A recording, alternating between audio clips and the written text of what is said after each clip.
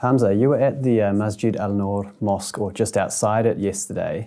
So 24 hours on, how are you doing?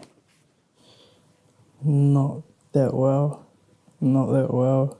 It's like scary. You don't know what to do.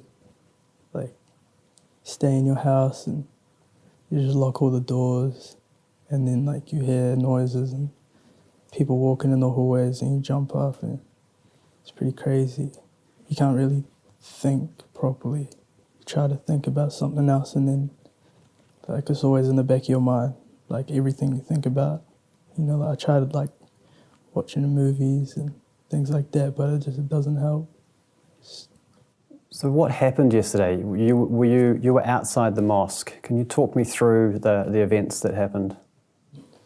I dropped off my mum because we were late. It was quite lucky. Like everything that happened there was just quite lucky. Like the way it panned out, it could have really gone like either way for everyone that survived. It could have easily gone two ways. So I was quite lucky that I woke up quite late and we like missed out on a parking inside the mosque, So I dropped my mum off so I could look for a park. So I just dropped her off right outside, and then I went to go find a parking on one of the side streets, and I parked up and I could just hear I didn't think there were gunshots at the start. I didn't even hit my mind. It didn't even occur to me that there was gunshots. And then, so I was holding my ears even, just walking towards the mosque. And then one of my friends just pulled up, panicking. And he just said, "Get in the car, there's gunshots." And I came over the road to get in his car, and I just saw, these ladies just running across the road, And so it kind of just hit me because, you could just see them, that it was just panic, So, I got in his car, and we drove just around the corner, and I saw my sister. And so I got out the car to my sister, and it was just, that's when it hit me. It was real, it was real life. And there was a real gunman, and everything was just, it was no joke after that. And I talked to my sister, and I was like, I just dropped mum off. Mum was there, You thought your mum was inside the mosque at this point? Yeah, that's what I thought. I thought she went in. But we were lucky that she, the timing was just, that's what I was saying. It could have just gone either way. The timing was just crazy. And so I was talking to my sister, who was inside the car, and it was her niece. She's not even one. She was in the back of the car. There was another person they picked up, and it was my brother-in-law, So I was talking to her from the passenger. I was like, "No, we gotta go back." And then we heard another, gunshot, right next to us, 10 meters away. And then, so, my brother-in-law just sped off. I ran back, and as I was running, I could see him, putting his gun back in his car. So I was just lucky. I was lucky I didn't freeze or anything. I was lucky I didn't freeze, or I kind of just took a back seat, and my brain was just working. I don't even really remember some of the things that happened at that little 2-minute moment. My brain was just working. So I just went straight over a fence. My brother-in-law just drove off, and I hid in a portaloo and just locked the door. And then so I called my little brother, told him to just go home, pick up my brother from school, go home, told my sister to go home. And then I came back 5-10 minutes later, and then that's when the cops came and they had their guns, and we weren't allowed And you were trying to get back to the mosque? Yeah, we weren't allowed that way.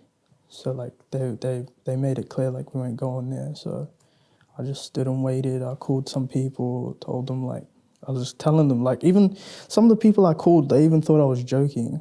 They were just bro, just, they have this word called wallahi, it's swear to God.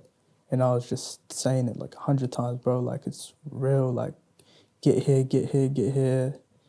And after a while, the police weren't really doing much, so I just went for it. I just walked over, I ran over, and then I just saw everything.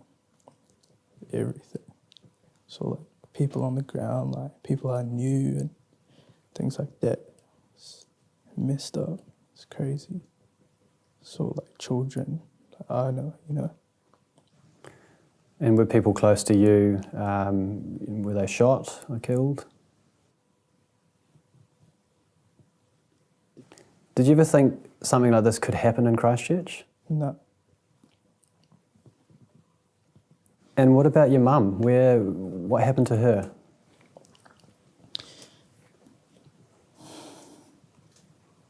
You okay? You want to take a break? What about your mother at this point? Did you know where she was? I like forgot about her for a little bit when I saw like everybody else and things like that, and I saw like one of like the men that always come to the mosque, you know. I saw him. He was holding one of his family members, you know, and so I couldn't even believe it. I was like, "Is he okay?" But like he was not okay at all. So I like broke down. I like hugged him, and he was holding it together, but like I couldn't. I was not holding it together. So when I was with him, my mum, like, she just came and grabbed me. She came and she saw me, and came up to me, and then I just hugged my mum, and I couldn't even stand up. Do you remember what she said to you? She was just trying to like keep me okay. Like she was just trying to like fix me up. She was like wiping my tears. Like she put my hat back on my head, and she was just like rubbing all the dirt and stuff off me, and she hugged me, and she's just doing mum stuff, you know. Yeah, and then what do we do after that?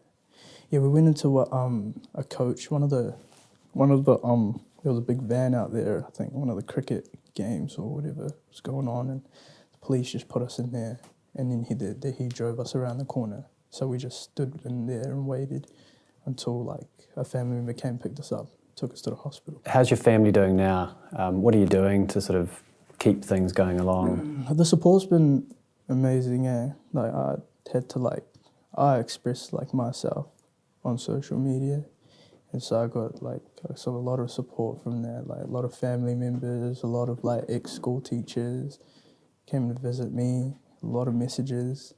So like it's good to know that like people care and things like that. But it's crazy like how something like that can happen. It's insane. It's just unbelievable.